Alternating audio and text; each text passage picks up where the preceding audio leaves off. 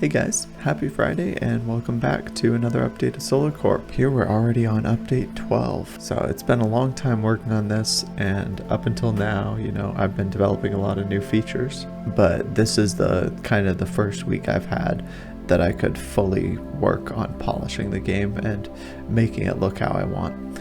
And that included swapping out the graphics pipeline again. So I moved to something in Unity known as the high definition render pipeline, and that gives me a lot more control over how the effects look, and also helped me when making this intro screen to make it look a lot better. So what I wanted to go over with you guys today, I decided it would be interesting if I did a overall trade run and just show you guys how a trade run will work in the final game and what that'll look like.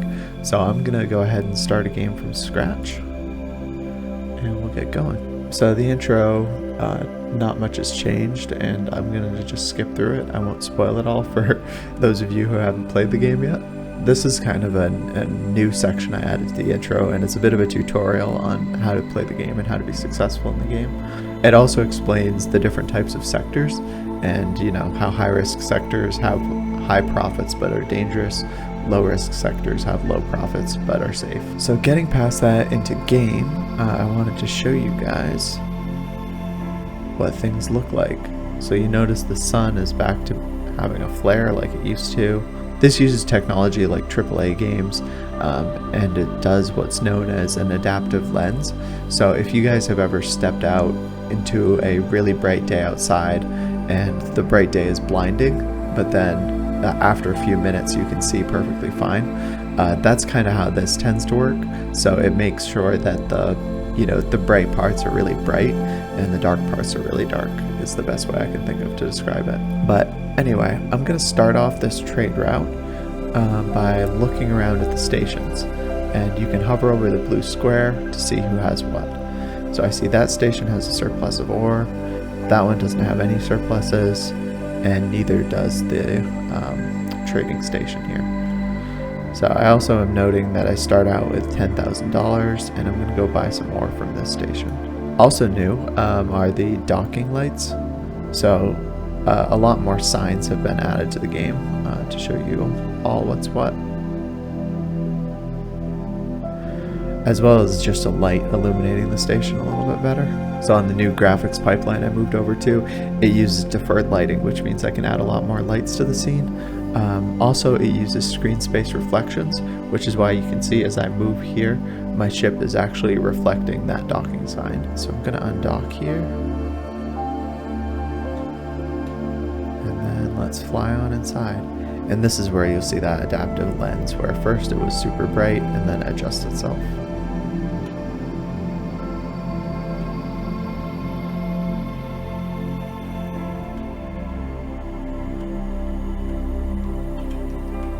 Alright, I'm gonna buy up some ore.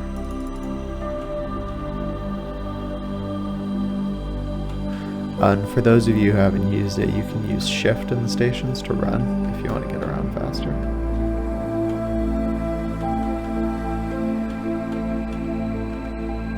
Okay, so now that I got the ore, it's time to find a place where I can sell it.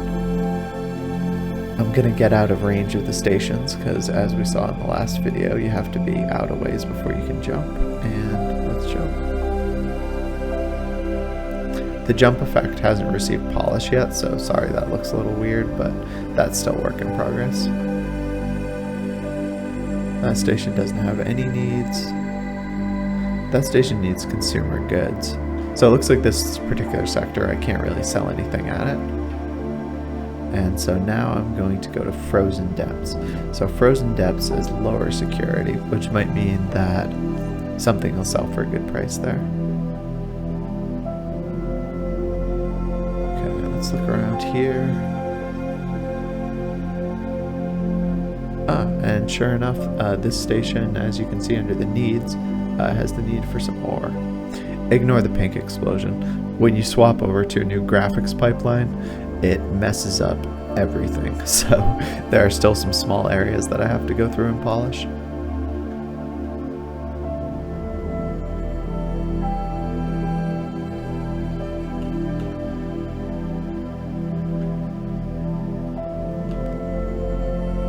Alright, let's sell everything.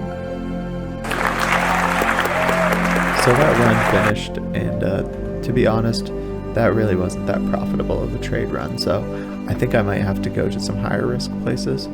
But in order to do that, I want to make sure that I'm actually defended in case I get attacked, so I'm going to head back to the shipyard and customize my ship a bit. Let's head over to the shipyard.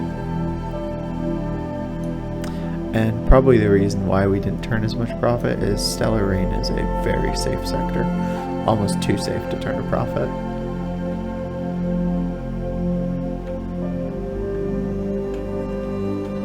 So here's the shipyard, which has gotten a ton of upgrades to it. Still needs some work, but it's a lot better. And as I walk back through the shipyard here, we have our ship dealers. As you can see, all the different places you can buy things are now clearly marked and have holograms on them. And then we have the ship outfitter. So I'm going to start by changing the paint on my ship.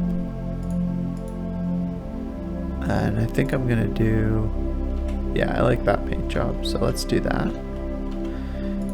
And then let's see how expensive these weapons are. So the optic LMG is only $1,000, so that seems like a good option.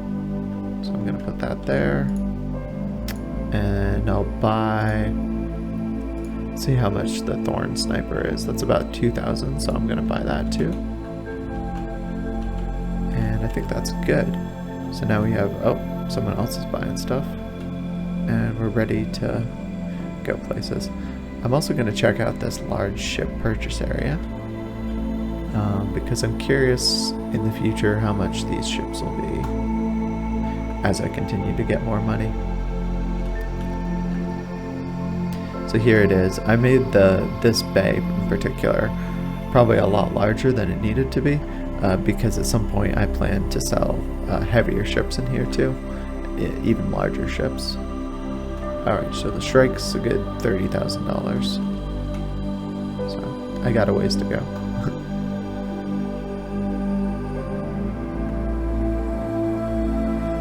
Like I said, the upgrade to the new pipeline allows for a lot more realistic reflections, which is why you see things like this. They're a bit too shiny right now, but that's something I'm planning on fixing in the future too, once I figure out this pipeline a bit more.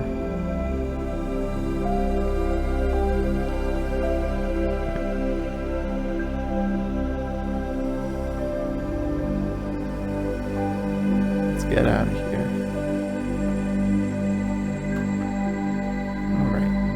Outfitted ship is all set up. Looks good.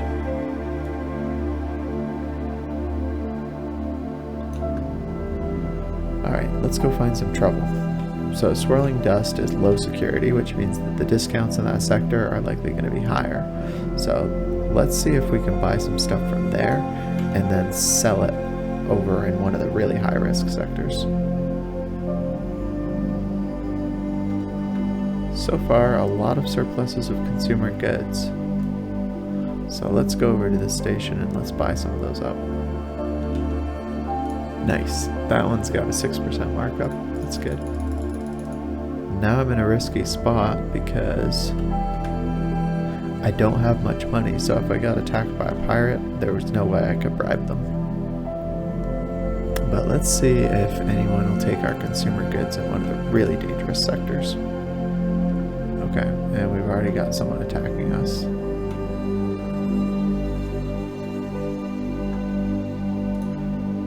I think this might be them. Let's attack them back.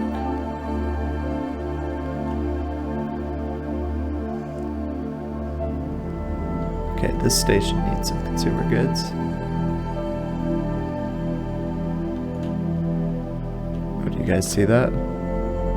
It's one of the mines in this sector. We need to blow up. Steer clear of that. These are the risks to trading in a place like this. Alright, let's see how much of a profit we turn. Consumer goods, 9% markup. Nice. Alright, so we made a good amount of money.